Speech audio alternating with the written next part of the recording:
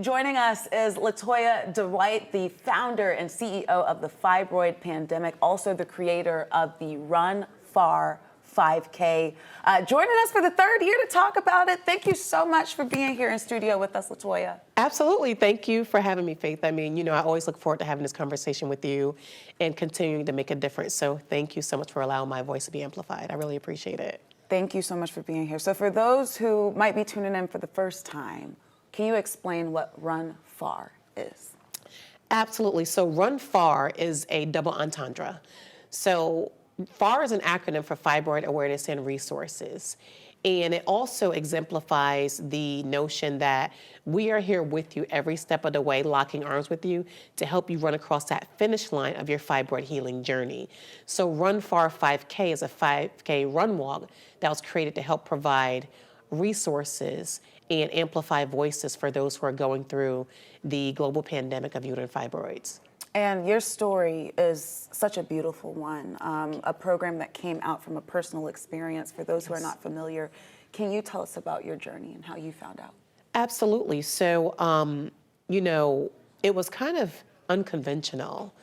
My husband and I, we agreed that I would have a Mirena IUD implanted. After 5 years, I went to go get it replaced, and they could not locate it. They performed an ultrasound, found the IUD, but also unveiled fibroids. So the only question my doctor asked was, do you plan to have any more children? I was going to her for 12 and a half years. And although I was not planning, I still wanted to have that option. And she said, because of my age and the size of the fibroids, she recommended a hysterectomy. Faith, that was literally the first and only option she ever mentioned. Prior to that, she never mentioned anything of having uterine fibroids. So at that point, I embarked on my 4-year journey of fibroid healing. I actually had a non-invasive, minimally invasive procedure, UFE, and then several years later, my symptoms exasperated and it almost became very deadly. And I ended up having to undergo a laparoscopic robotic myomectomy. And since then, I literally have been living my life like it's golden. But I realized during that time that literally in the United States, about 26 million women suffer from fibroids. Black women are 3 times more disproportionately impacted, but there are very little resources out there. So I decided to take my pain and turn it into my passion on the pavement, whereby I developed a Run F.A.R. 5K. And, each time you tell your story, I know that I get feedback from the community. Yes. I'm sure that you have had women reach out because when you are going through any medical condition, but in this case, fibroids, sometimes it could feel like you're alone. Yes. Is that what you're hearing feedback from your community? Absolutely. The women that you've been helping? Absolutely. So one of the most common things you hear of what's called silent suffering. And what silent suffering is exactly what you mentioned. Women who feel as though they are alone, they have no one to turn to. And one of the biggest reasons as to why that exists is, to be very transparent, one of the most common symptoms of uterine fibroids is very heavy and or prolonged menstrual cycles. So if someone's in their 20s, 30s, 40s, and they're having accidents as an adult, it can be very, humiliating. So they tend to kind of cover up. They tend to change their lifestyle in an effort to try to, I guess, deal with it, I know a lot of women who have foregone, I would say, promotions at work because it may require more travel.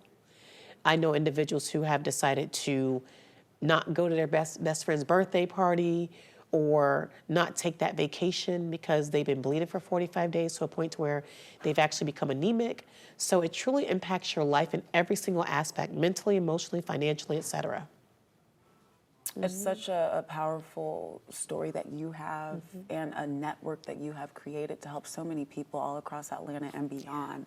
And I know that we see that playing out evidently in the 5K. So tell us a little bit about where it is this year.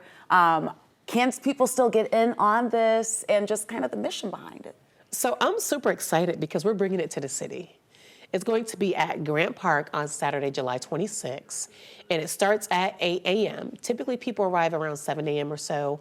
You can actually register online by going online to runfar5k.com. Again, that's Run F.A.R, 5K.com. You can do it in person, you can do it virtually, you can gift a registration to someone else, you can be a ghost or phantom participant. What that means is that you're there in spirit, but you're not actually participating.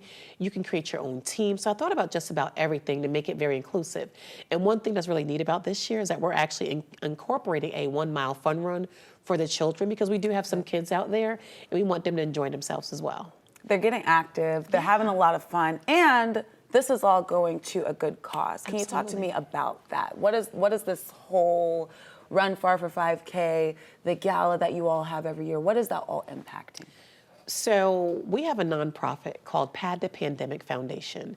And Pad the Pandemic Foundation was created to help eliminate period poverty and unnecessary hysterectomies that is caused by things such as uterine fibroids and other types of reproductive issues.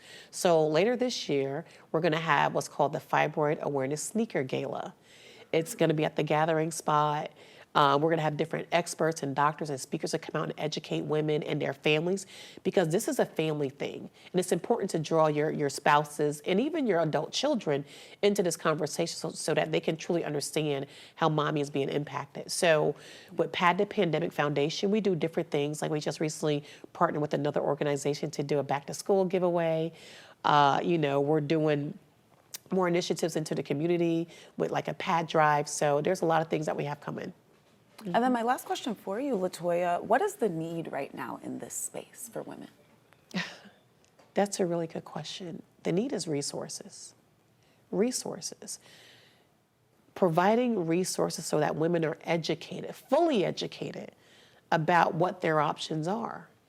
And the reason why I say that is because, again, typically the first and only option, and I can say that so confidently because it was happening to me, the first and only option women, especially Black women, that they're given is a hysterectomy.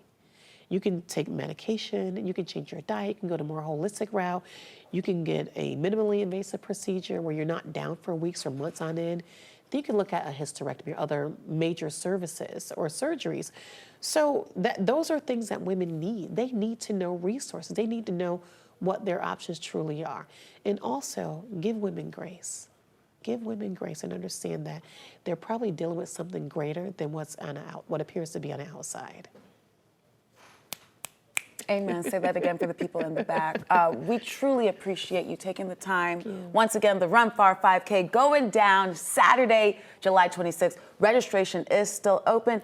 And if you can't run the whole thing, you can walk, you can hop, you can crawl to the finish. You can cheer pom-poms. on pom-poms. There you go. And you can have your support for Pad the Pandemic, LaToya Dwight, founder and creator of the Fibroid Pandemic, as well as the Run F.A.R 5K. Thank you so much for being here with us. It's a pleasure. Thank you so much for having me. Appreciate it.